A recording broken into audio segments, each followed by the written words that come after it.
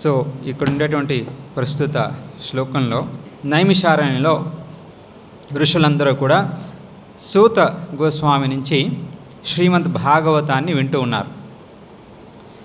So ఇప్పటి వరకు ఇంతకు మునుపు ఏదైతే వాళ్ళు ప్రశ్నించారో వాటన్నిటికీ సమాధానం ఆల్రెడీ ఇచ్చున్నాడు సుఖదేవ గోస్వామి. అది పూర్తయిన తర్వాత ఇప్పుడు మళ్ళా ఫ్రెష్గా ఇంకొక ప్రశ్న వేస్తూ ఉన్నారు. ఏమిటది అంటే, ఏ బుద్ధిని సుఖదేవ గోస్వామి చెప్పినటువంటి వివరణల ద్వారా పరీక్షణ్ మహారాజు ఎటువంటి బుద్ధినైతే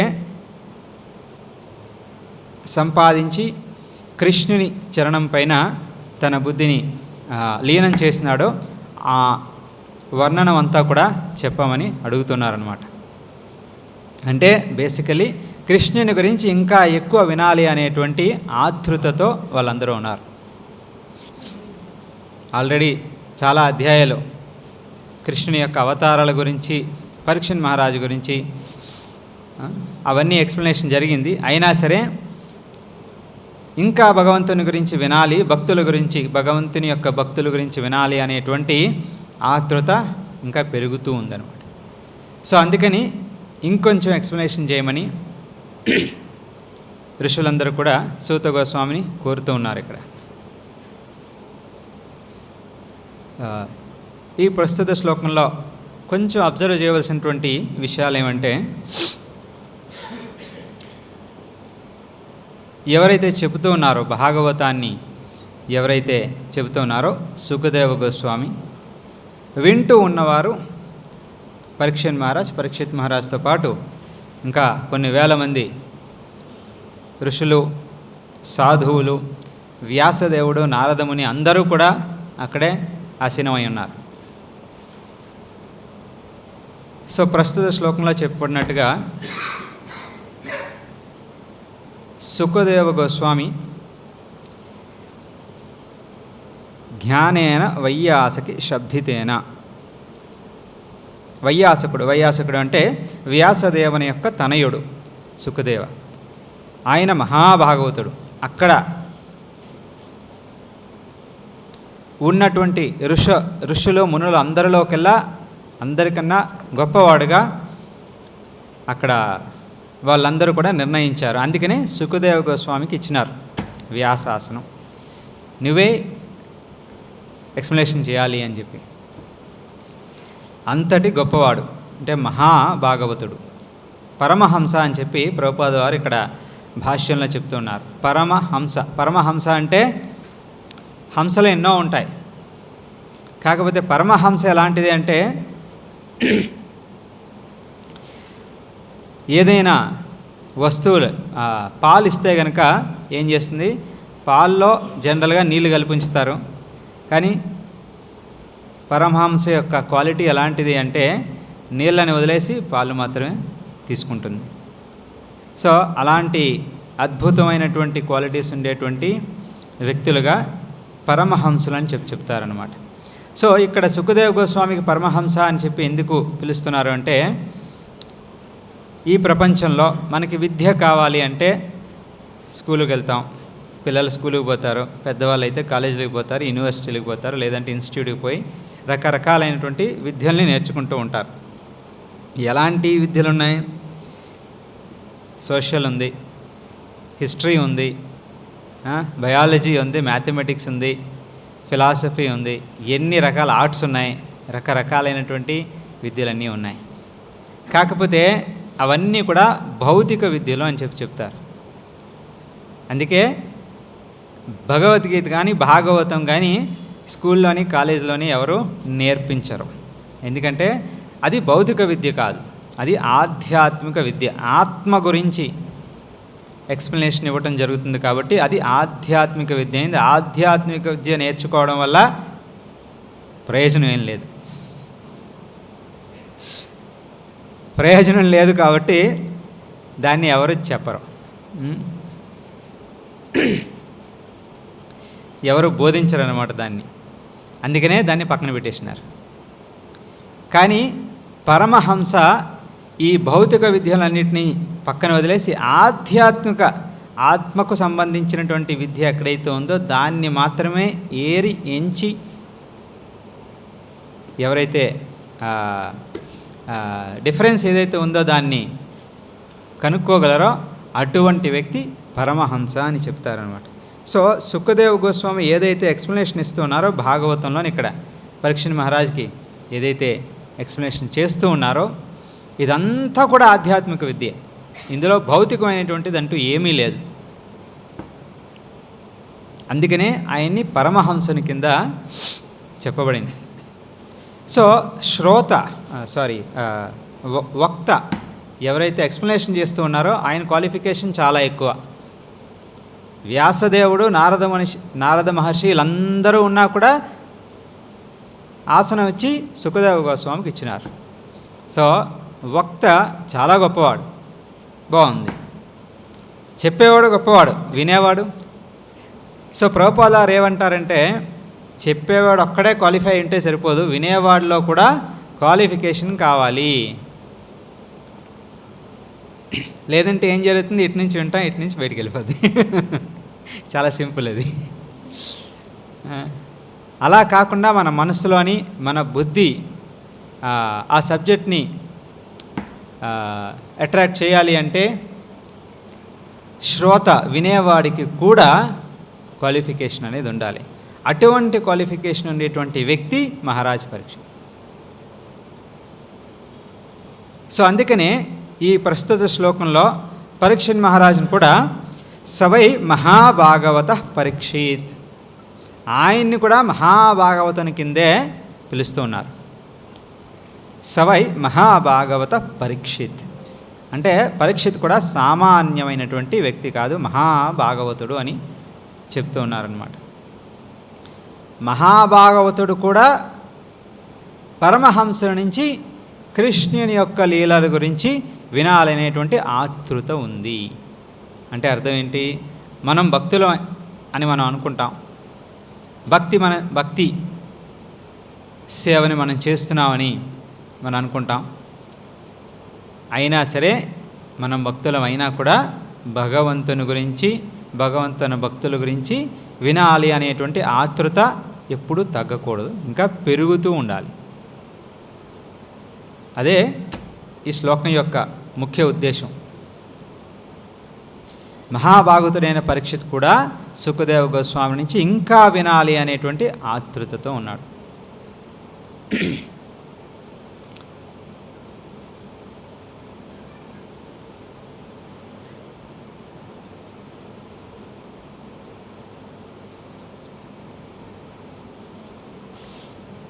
ఇంకొక పదం ఇక్కడ ఉపయోగించబడింది, ఏన ఆపవర్గ ఆఖ్యం. అపవర్గ, పావర్గ, అపవర్గ అని చెప్పి శ్రీమద్ భాగవతంలో చెప్పబడింది. అపవర్గ అంటే ఏ కార్యాలు లేదా కథలు లేదంటే ఏ విషయాలైతే జనన మరణ చక్రం నుంచి జీవిని ముక్తి పదానికి వైపు తీసుకెళ్తారో అవన్నీ కూడా అపవర్గం. పావర్గం అంటే మళ్ళా చేసిందే చేసి ఈ చక్రంలోనే లోపలే ఉండేటువంటి విషయాలన్నమాట. సో పావర్గం, అపవర్గం. ఏన ఆపవర్గ ఆఖ్యం, ఏ విషయాలైతే విని పరీక్షణ్ మహారాజు అపవర్గం వైపు తన బుద్ధిని కాన్సన్ట్రేషన్ చేస్తున్నాడో అటువంటి విషయాలను మాకు చెప్పండి అని చెప్పి అడుగుతున్నారు ఇక్కడ. సో శ్రీమద్ భాగవతంలో చెప్పమనేటువంటి విషయాలన్నీ కూడా మనం వింటున్న కొలది మనం అపవర్గం వైపు మన బుద్ధి మరలుతుంది అని భాగవతం ప్రామిస్ చేస్తుంది అన్నమాట ఇక్కడ. సో ఫైనల్గా మనం భాగవతం లెక్చర్ అయిన తర్వాత సహజంగా మనం అనుకుంటాం, ఇదే రీతిలో మన మనసులో కూడా ఎఫెక్ట్ ఉంటే కనుక చాలా బాగుంటుంది. లేదంటే మళ్ళా భాగవతం అయిపోయిన తర్వాత మళ్ళీ ఇంటికి వెళ్ళిన తర్వాత మళ్ళా మామూలే. సో అలా కాకుండా ఉండాలి అంటే భాగవతం ఏం చెప్తుంది, అధభ్రబుద్ధి. అధభ్రబుద్ధి అంటే ఏదైతే మనం ఆ ఆపవర్గాన్ని విన్నామో దానిపైన మన బుద్ధిని కాన్సన్ట్రేషన్ చేయాల్సి ఉంది. కాకపోతే అందరికీ అది సాధ్యం కాకపోవచ్చు. కొంతమందికి అది సాధ్యం, కొంతమందికి సాధ్యం కాకపోవచ్చు. ఇప్పుడు 16 మాలలు హరే కృష్ణ మహామంత్రం జపం చేయమని శ్రీల ప్రభుపాద వారు అందరికీ మనకు చెప్పినారు. కృష్ణుని భక్తులుగా భక్తితో సేవ చేయాలి అంటే మొట్టమొదట మనం చేయాల్సిన కార్యక్రమం హరే కృష్ణ కృష్ణ కృష్ణ హరే హరే, హరే రామ రామ రామ హరే హరే. 16 మాలలు జపం చేయాలి. 2 గంటలు పడుతుంది. 2 గంటల పాటు మనం జపం చేస్తున్నప్పుడు మన మనసు దేనిపైన ఉంది? సో పరీక్షిత్ మహారాజ్కి మనకి ఒక వ్యత్యాసం ఉంది. ఏంటది? పరీక్షిత్ మహారాజ్కి ఆల్రెడీ శాపం, ఆయన శాపగ్రస్తుడయ్యాడు. 7 రోజుల మాత్రమే తనకి కాలం మిగిలింది. మనకి జీవితకాలం అంతా ఉంది. సో మనం హరే కృష్ణ మహామంత్రం జపం చేస్తున్నప్పుడు అన్ని విషయాల గురించి ఆలోచిస్తాం మనం. కానీ పరీక్షిత్ మహారాజ్ ఆ రకంగా వేరే విషయాలు దేని గురించి కూడా ఆలోచించడం లేదు. ఏదైతే సుఖదేవ గోస్వామి చెప్తూ ఉన్నారో ఆ ఒక్క విషయం పైన మాత్రమే కాన్సన్ట్రేషన్ చేస్తూ ఉన్నాడు. సో అది ఆయనలో ఉండేటువంటి స్పెషాలిటీ. అదే రీతిలో ప్రభుపాదుల వారు ఏం చెప్తారు?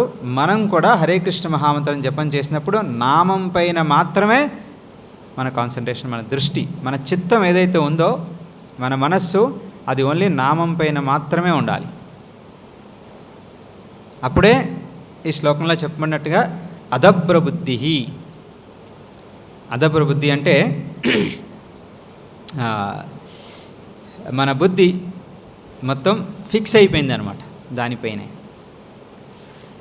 మనసుకి బుద్ధికి వ్యత్యాసం ఉంది. మనసు అనేది చంచలం. అది ఫిక్స్ చేయాలి అంటే ఫస్ట్ మనం బుద్ధిని ప్యూరిఫై చేయాలన్నమాట, శుద్ధి చేయాలి. బుద్ధిని ఎలా శుద్ధి చేస్తామంటే భాగవత శ్రవణం ద్వారా, భగవద్గీత శ్రవణం ద్వారా, హరే కృష్ణ మహామంత్రం శ్రవణం ద్వారా బుద్ధి అనేది ఫిక్స్ అవుతుంది. దాని తర్వాత బుద్ధి ఫిక్స్ అయిన తర్వాత బుద్ధి మనస్సుని కంట్రోల్ చేస్తుంది.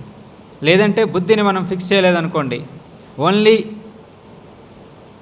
జపం చేస్తూనే ఉన్నాం. బట్ ఎందుకు జపం చేస్తున్నాం? భగవంతుని యొక్క సేవ అంటే ఏంటి? భగవంతుడు ఎవరో, భక్తుడు ఎవరో, హరే కృష్ణ మహామంత్రం యొక్క అర్థం ఏంటి? ఇవేమీ కూడా మనం ఫిలాసఫికల్గా మనం తెలుసుకోలేదు అంటే కనుక కొంతకాలం అయిన తర్వాత ఎందుకు జపం చేయాలి, ప్రయోజనం ఏముంది అనేటువంటి ప్రశ్నలన్నీ వస్తాయన్నమాట. అందుకనే సేవ చేస్తున్నా కూడా శాస్త్రాన్ని కూడా చదవాలని చెప్పి ప్రభుపాదాలు చెప్పారు. అందుకే ప్రభుపాదాలు ఇన్ని పుస్తకాలు ఎందుకు రాసిచ్చారు? ఊరికినే హరే కృష్ణ మహామంత్రం జపం చేస్తే అయిపోయేది కదా. కాకపోతే మన బుద్ధిని మనం శుద్ధిపరచాలి అంటే భాగవతాన్ని, భగవద్గీతాన్ని చదవాల్సినటువంటి అవసరం. అందుకని ఆచార్యులు ఎవరు మనకి ఈ రకంగా శాస్త్రాన్ని కూడా ఇచ్చున్నారు.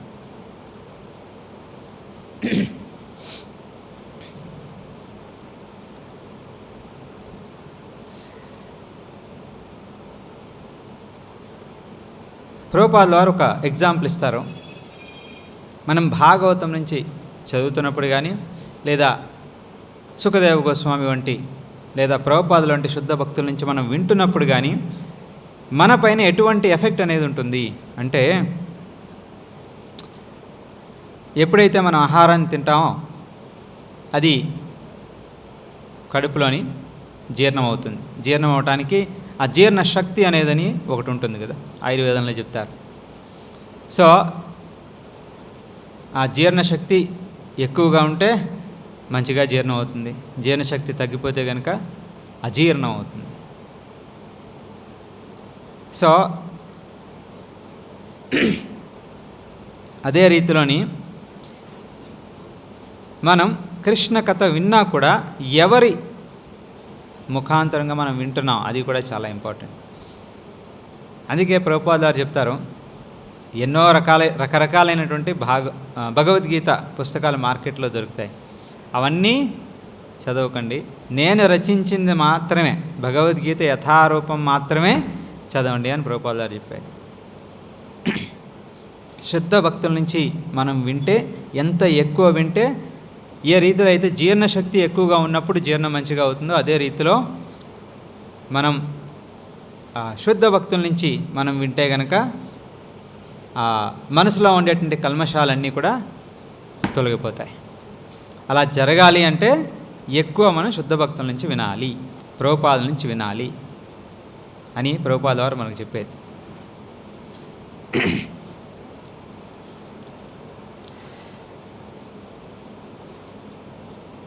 శ్రీమద్ భాగవతం లేదా భక్తి రసామృత సింధు, రూపగోస్వాములు రచించినటువంటి భక్తి రసామృత సింధు తీసుకున్నా కూడా అన్ని చోట్ల కూడా ఎక్కువగా రిపీటెడ్గా చెప్పబడింది ఏంటంటే కృష్ణ కథ వినాలి, కృష్ణుని గురించి వినాలి, కృష్ణుని యొక్క లీలల గురించి వినాలి, కృష్ణుని యొక్క ధామం గురించి వినాలి, కృష్ణుని యొక్క గుణాల గురించి వినాలి అని చెప్తూ ఉంటారు.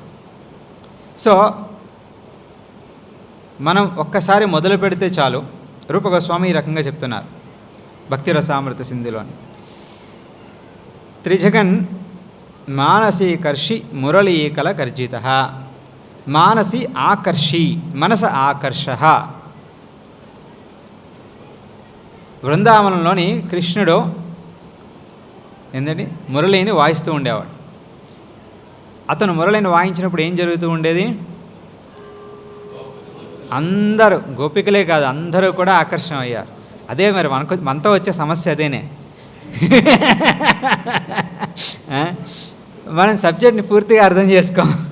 గోపికలు మాత్రమే ఆకర్షణ అయ్యారు, కరెక్టే, అది కరెక్టే. గోపికలే కాదు, చెట్లు, నీరు, గాలి, అన్నీ అందరూ కూడా వేణు, ఆ మురళి నుంచి వచ్చేటువంటి మధుర ఏమంటారు దాన్ని, గానాన్ని బృందావనంలోనే కాదు పై లోకాల్లో అంటే స్వర్గలోకంలో, జన మన తప సత్యలోకంలోని వైకుంఠలోకం వరకు వినిపించేది. అందరూ కూడా ఆకర్షితం అయ్యేవారు. అది భాగవతం చెప్తుంది ఈ రకంగా. కాకపోతే భాగవతంలో రికార్డ్ అయినటువంటి కొన్ని శ్లోకాలు ఎలాంటివి అంటే గోపికల మధ్య కన్వర్సేషన్ అనమాట. సో అందుకనే మనం ఎక్కువ గోపికల గురించే ఎక్కువ కాన్సన్ట్రేషన్ చేస్తాం. బట్ భాగవతం ఇది కూడా చెప్తుంది, వైకుంఠంలో కూడా అందరూ విన్నారు, అందరికీ ఆకర్షితం. అందుకే కృష్ణ ఎవరైతే అందరి మనసుల్ని ఆకర్షణ చేయగలడో, ఎటువంటి వ్యక్తి అయితే అందరి మనసుల్ని ఆకర్షితం చేయగలడో అటువంటి వ్యక్తి పేరు కృష్ణ అని.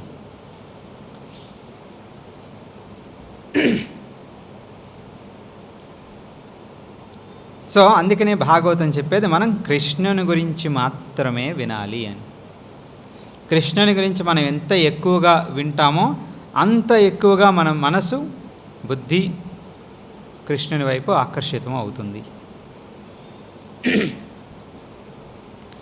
సో మనం హరే కృష్ణ మహామంత్రం జపం చేస్తున్నప్పుడు కృష్ణుని మీద ఆకర్షణ జరగటం లేదే, రావటం లేదే,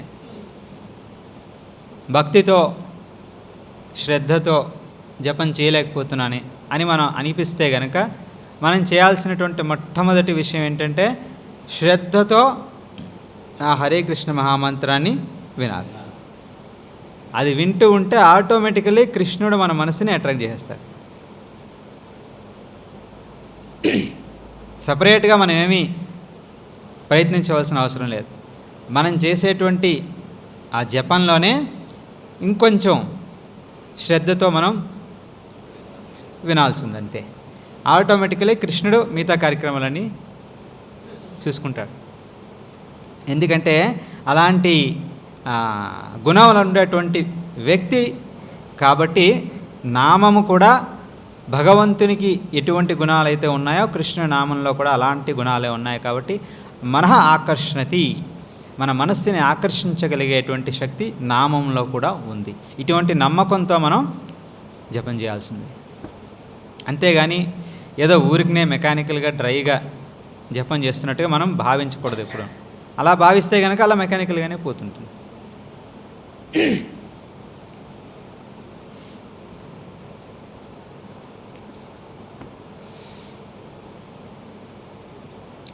సో ఇప్పుడు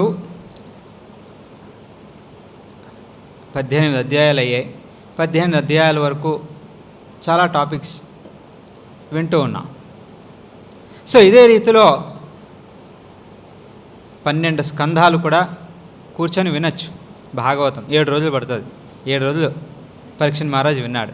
సో ఇలా 7 రోజులు వింటే 7 రోజుల తర్వాత మోక్షం దొరుకుతుందా, గ్యారంటీ ఉందా అంటే, చాలామంది నార్త్ ఇండియాలో ఎక్కువ, ఇక్కడ కాదు, నార్త్ ఇండియాలోని ఎక్కువ మంది భాగవత సప్తాహ అని చెప్పి చేస్తూ ఉంటారు. 7 రోజుల పాటు భాగవతాన్ని పఠనం చేస్తారనమాట. సో ఆ రకంగా 7 రోజులు అయిన తర్వాత వాళ్ళందరికీ మోక్షం వచ్చేసిందా? రాలేదే. వాళ్ళ సమస్యలన్నీ పోయాయా? పోలేదే. సో దానికి కారణం ఏంటి అంటే, ప్రభుపాద గారు ఏం చెప్తున్నారంటే, ఊరికినే వినటం వల్ల సంపూర్ణమైనటువంటి ఫలం రాదు. అంటే దీన్ని ఏమంటారంటే డ్రై నాలెడ్జ్. ఊరికినే విన్నాం అంతే. అలా ఊరికినే వినటం వల్ల మనకి ప్రయోజనం రాదు, పూర్తి సంపూర్ణమైనటువంటి ప్రయోజనం రాదు. దానితో పాటు భగవంతుని సేవ కూడా చేయాల్సి ఉంది అని. అంటే ఊరికినే భాగవతాన్ని విన్నా పూర్తిగా ఫలితం రాదు, ఊరికినే హరే కృష్ణ మహామంత్రం జపం చేసినా కూడా పూర్తిగా ఫలితం రాదు.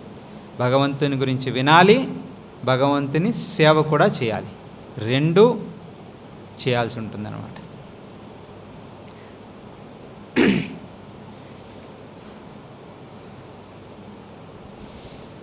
ఇంకొక విషయం ప్రభుపాద వారు ఇక్కడ మనకి ఎక్స్ప్లెయిన్ చేస్తూ ఉన్నారు.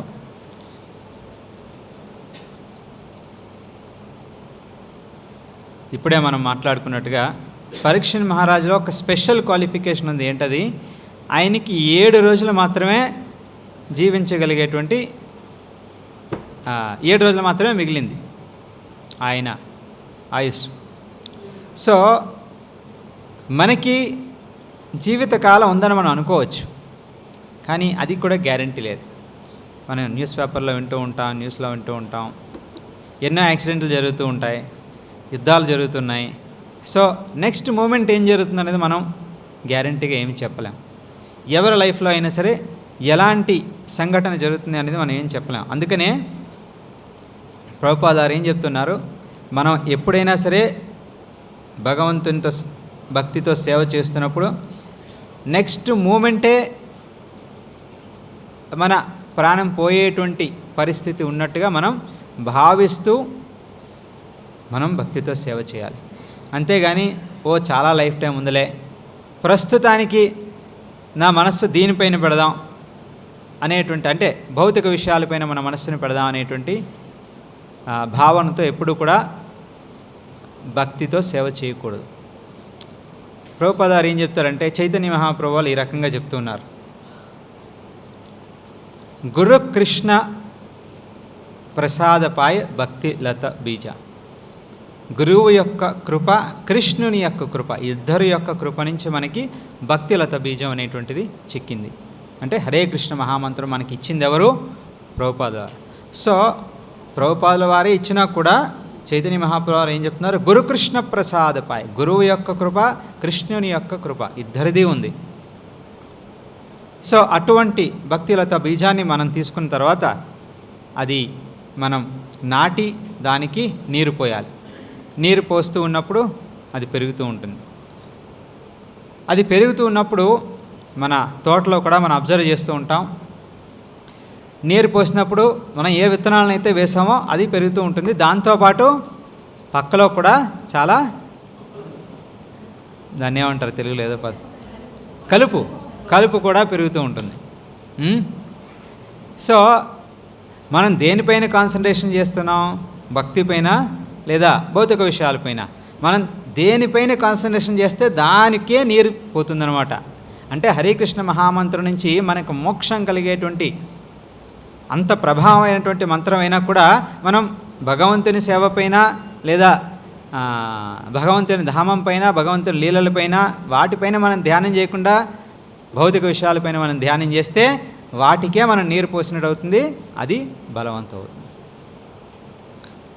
సో ఫైనలీ అది ఏం జరుగుతుందంటే, ఫైనలీ మనం మన కోరికలన్నీ భగవంతుని తీర్చవయ్యా అని కోరినట్టు అవుతుందన్నమాట. కానీ రూపగోస్వామి వాళ్ళు చెప్పేది భక్తి అంటే అన్య అభిలాషిత శూన్యం, వేరే ఆశలేవి లేకుండా భగవంతుణ్ణి సేవ చేయాలనేటువంటి ఒకే ఒక్క ఆశతోని ఎవరైతే ప్రయత్నిస్తారో వాళ్ళు చేసేటువంటి కార్యక్రమాన్ని భక్తి అని అంటారంట. అలా కాకుండా వేరే ఆశయాలతో మనం సేవ చేస్తే అది భక్తి కాదు అని రూపగోస్వామి వాళ్ళు చెప్తున్నారు.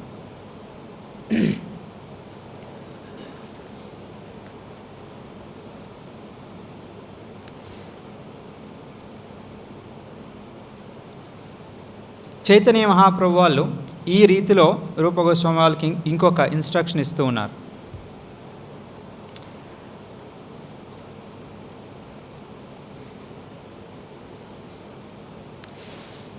సృష్టిలో రకరకాలైనటువంటి జీవరాశులు ఉన్నాయి.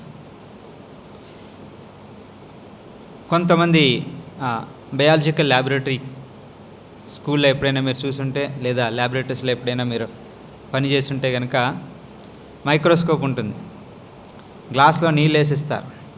మైక్రోస్కోప్లో పెడితే అందులో కూడా చాలా బ్యాక్టీరియా కనిపిస్తుంది.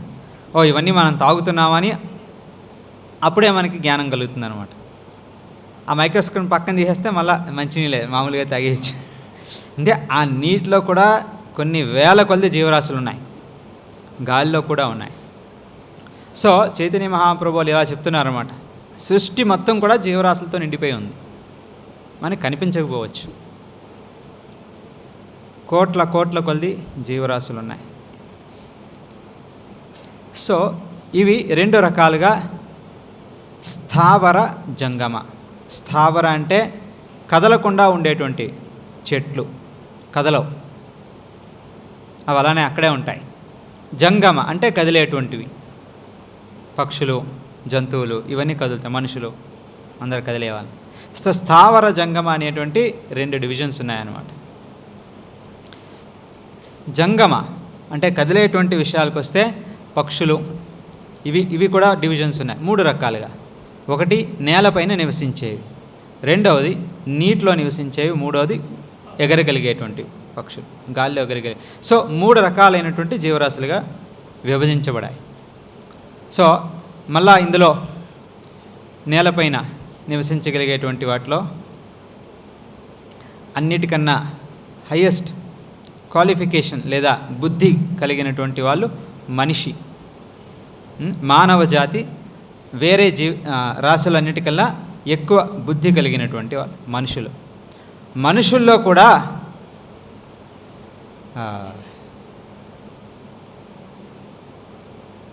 వివేకం కలిగినటువంటి వాళ్ళు,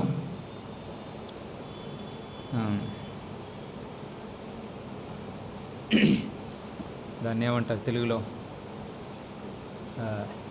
సివిలైజ్డ్, తెలుగులో ఏమంటారు, బుద్ధిమంతులు కాదు, నాగరికత కలిగిన వారు. కరెక్ట్, నాగరికత కలిగిన వాళ్ళు వేరుగా ఉంటారు మనుషుల్లో కూడా. అంటే అడవుల్లో జీవించే వాళ్ళు కాకుండా, మనం కూడా అప్పుడప్పుడు చూస్తూ ఉంటాం బయట కొంతమందికి నాగరికత అనేది ఉండదు, వివేకం అనేది ఉండదు. సో ఇటువంటి నాగరికత కలిగిన వాళ్ళు మనుషులు చాలా తక్కువ మంది. నాగరికత కలిగిన వాళ్ళలో కూడా శాస్త్రాన్ని చూసిన వాళ్ళు, తెలిసిన వాళ్ళు, శాస్త్రంలో ఏముంది అనేటువంటి జిజ్ఞాస కలిగిన వాళ్ళు చాలా చాలా తక్కువ. శాస్త్రాన్ని పఠనం చేసిన వాళ్ళలో కూడా, అంటే జ్ఞానులు, శాస్త్రాన్ని పఠనం చేసే వాళ్ళని ఏమంటారంటే జ్ఞానులు అంటారు. సో అంటే మనం కూడా జ్ఞానం కోసమే భగవద్గీతని, భాగవతాన్ని చదువుతున్నాం. కానీ మనం జ్ఞానులెక్క రాము, మనం భక్తుల లెక్క వస్తాం. ఎందుకంటే మనం ఊరికినే జ్ఞానం కోసం చదవటం లేదు, ఫైనల్గా భక్తి మార్గాన్ని పాటిస్తున్నాం అనమాట. భక్తిలో జ్ఞానం కూడా ఒక పోర్షన్.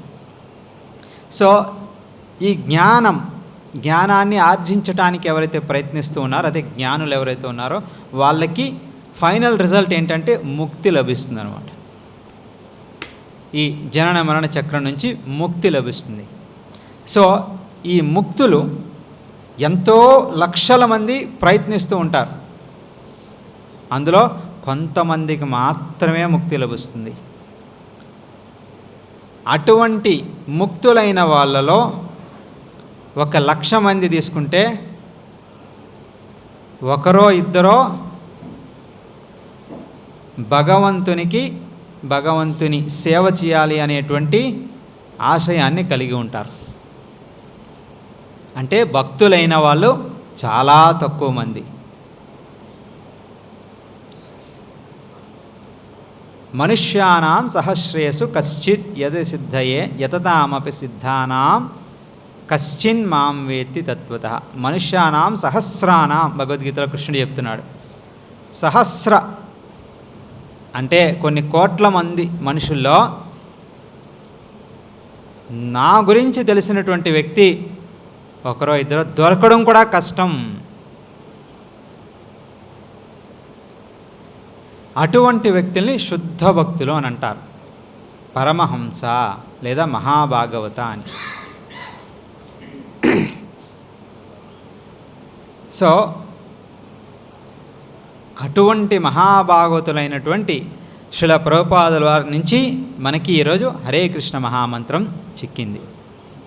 అంటే ఈ హరే కృష్ణ మహామంత్రం అనేది ఎంత అరుదైనటువంటి విషయము అనేటువంటిది చైతన్య మహాప్రభువులు రూపగోస్వామిలకి ఎక్స్ప్లెయిన్ చేస్తున్నారు. ఇది భక్తి రసామృత సింధులో రికార్డు చేయబడింది.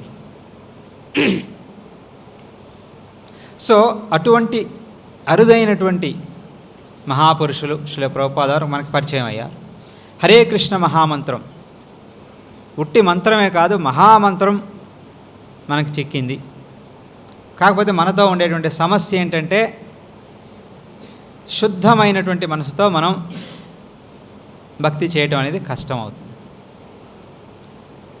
సో ఇలాగే ఒకానొక సమయంలో ముంబైలోని శ్రీల ప్రభుపాద వారు ముంబైలో టెంపుల్ కట్టినారు కదా, అప్పుడు జుహులో అని ఫస్ట్ టెంపుల్ కట్టినారు. అక్కడ ఆలయం కట్టిన తర్వాత డివోటీస్ అందరికీ కూడా సేవని ఇచ్చినారు. అందరూ సేవ చేస్తూ ఉన్నారు. సో అక్కడ ప్రభుపాదుల వారు ఆ సమయంలోని ఒక అబ్బాయిని చూసినాడు. తల్లిదండ్రులు ఎవరు లేరు, ఒంటరి వాడు. సో ఆలయానికి పిలిచి ఆశ్రయం ఇచ్చినారు. సో హరే కృష్ణ మహామంత్రం ఇచ్చినారు. జపం చేస్తూ ఉన్నాడు ప్రతిరోజు. కొంతకాలం అయిన తర్వాత సో ప్రభుపాదుల వారికి ఒక సపరేట్ కిచెన్ అనేది ఉంది.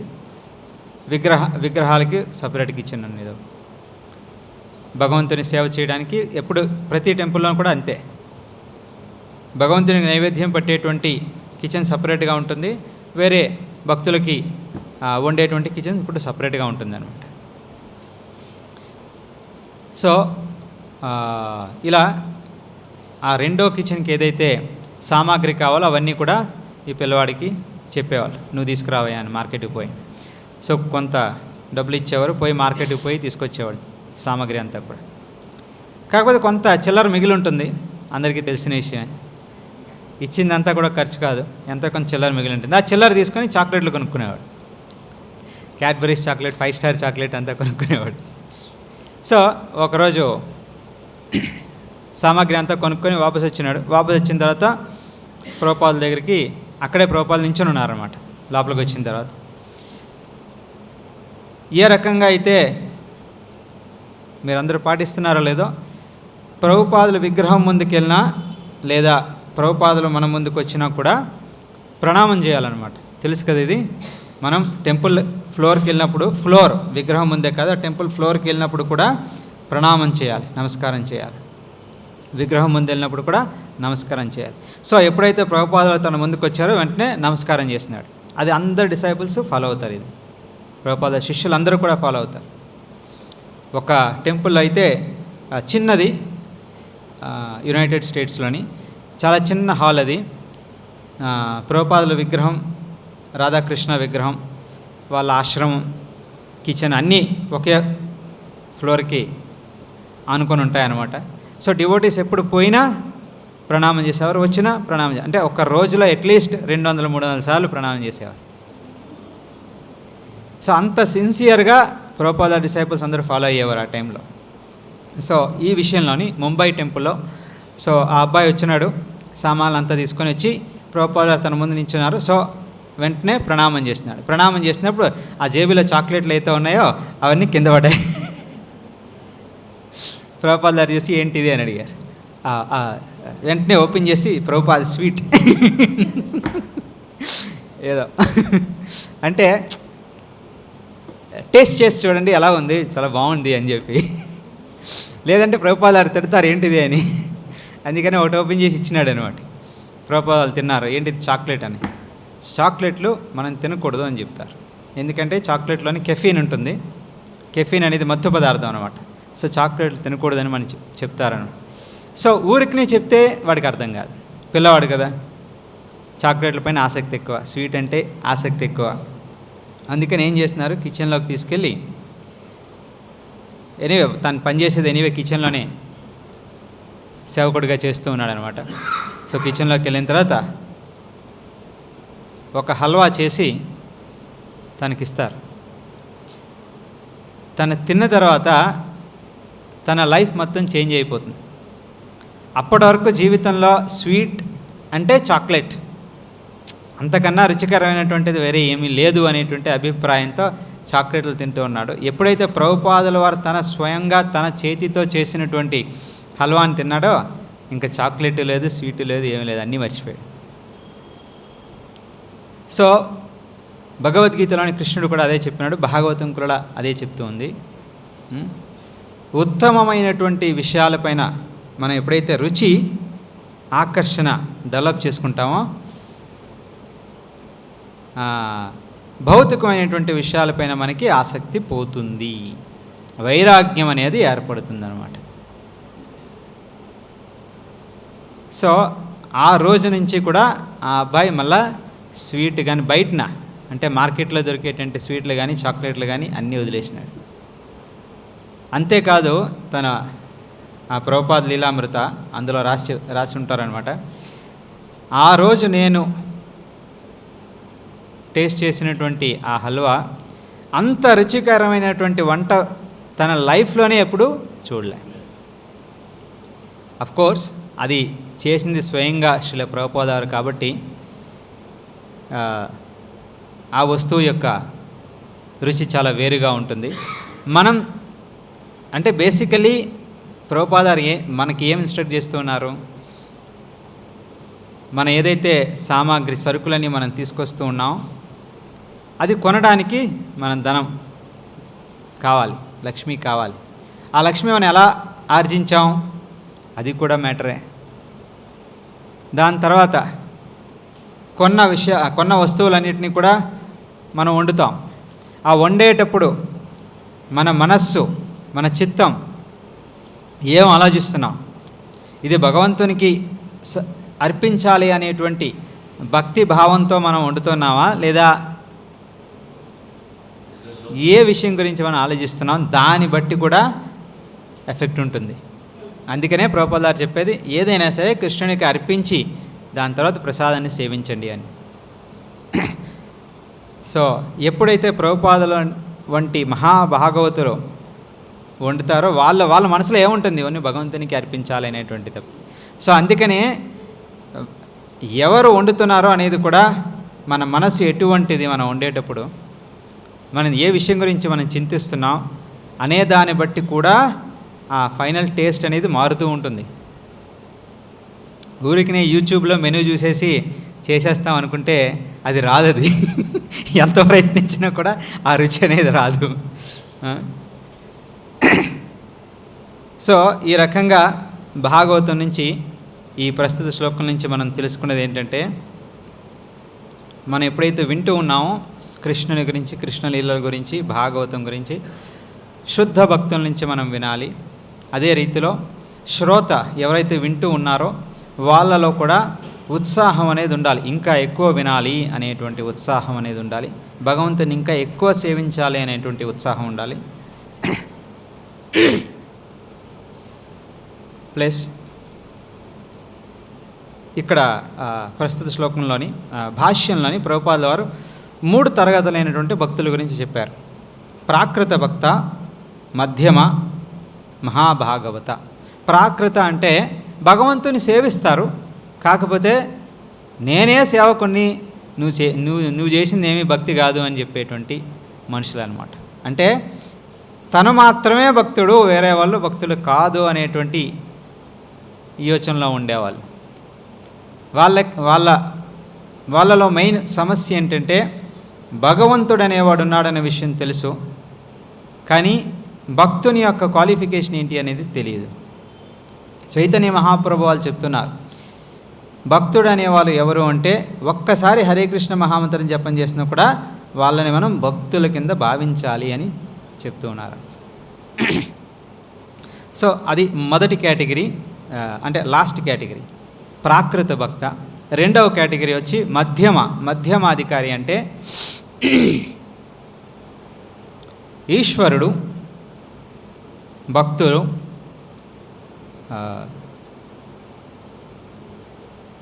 శ్రద్ధ కలిగిన వారు, శ్రద్ధ కలగని వారు, అంటే ఈర్ష కలిగిన వాళ్ళు. సో ఈ రకంగా అందరినీ ఐడెంటిఫై చేయగలగాలన్నమాట. వీడు ఈర్ష కలిగిన వాడు, వీడు శ్రద్ధ కలిగిన వాడు, వీడు భక్తుడు, అలా అందరినీ ఎవరైతే వీడు తను ఈశ్వరుడు అనేటువంటి కేటగరైజేషన్ ఎవరైతే ఇలా కేటగరైజ్ చేయగలరో, అంతేకాకుండా భగవంతుని భక్తితో సేవించేవాడు, భక్తులతో మిత్రత్వం కలిగిన వాడు, ఈర్ష కలిగిన వాళ్ళతో దూరంగా ఉండేవాడు. సో వీళ్ళని మధ్యమాధికారి అని చెప్తుంది భాగవతం. మహాభాగవత వీళ్ళకన్నా గొప్పవాళ్ళు, మొదటి తరగతి. మహాభాగవత అంటే వీళ్ళ యొక్క భావన ఎలాగుంటుందంటే సృష్టి చేసింది భగవంతుడు, ప్రకృతి భగవంతుని ఆదేశం పైన నడుస్తుంది, జీవరాశులన్నీ కూడా ప్రకృతిలో తన కర్తవ్యాలని చేస్తూ ఉన్నారు, అంటే భగవంతుని ఆదేశాలనే పాటిస్తూ ఉన్నారు. సో అందరూ కూడా సమానమే. ఇక్కడ భగవంతుని ఆదేశాన్ని పాటించింది ఎవరు అంటే నేనొక్కనే. ఇలాంటి భావన కలిగినటువంటి వ్యక్తి మహాభాగవతులు అంటారన్నమాట. అంటే అందరూ భగవంతుని భక్తులే, నేనొక్కనే భగవంతుని భక్తుని కాదు అనేటువంటి స్వభావం కలిగినటువంటి వ్యక్తి మహాభాగవతులు. గొప్ప భక్తులు అయినా సరే భావనలో అలా భావిస్తారు వారు. అందుకనే మహాభాగవతులు ఎప్పుడు కూడా ఎవరికి ఇన్స్ట్రక్షన్ అనేది ఇవ్వరు. నేనేం ఇన్స్ట్రక్షన్, నాలో ఏం క్వాలిఫికేషన్ ఉంది, ఎటువంటి క్వాలిఫికేషన్ లేదు అనేటువంటి భావనతో ఉంటారు.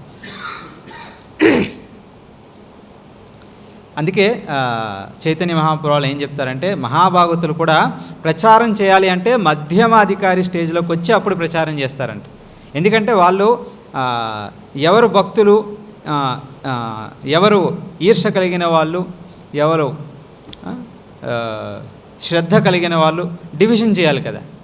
అందుకని అలా డివిజన్ చేయాలంటే మహాభక్తులు కూడా మధ్యమాధికారి లెవెల్కి వచ్చి అప్పుడు ప్రచారం స్టార్ట్ చేస్తారంట. లేదంటే మహాభాగవతుని స్టేజ్లో ఉంటే కనుక వాళ్ళు ఏం ప్రచారం చేయరు.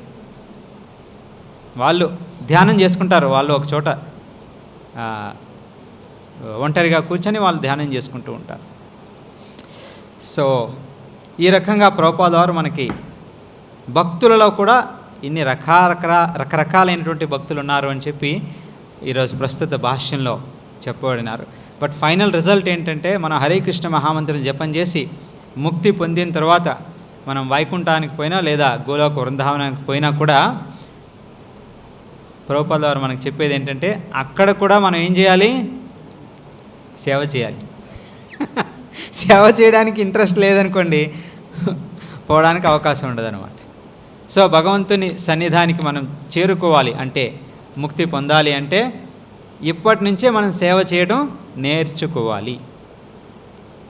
లేదంటే కనుక హరే కృష్ణ మహామంత్రాన్ని ఎందుకు జపం చేయమని ప్రభుపాదారు చెప్తారు, ఆ కోరిక అనేది ఏర్పడినప్పుడే మనం హరే కృష్ణ మహామంత్రం జపం చేస్తాం. ఆ కోరిక అనేది లేదనుకోండి, చేసే భావం లేదు, చేయాలి అనేటువంటి భావం లేదనుకోండి, అప్పుడు అక్కడ వైకుంఠానికి పోయినా కూడా అక్కడ కూడా ఏం చేయం మనం. సో పోవాలి అంటే అటువంటి స్వభావం మనకి చాలా అవసరం. సో భక్తితో భగవంతుని సేవించడం అనేది చాలా ఇంపార్టెంట్ అని ప్రభుపాదారు ఇక్కడ చెప్తున్నారు. ఇక్కడితో మీరు ఆప్ చేద్దాం. హరే కృష్ణ.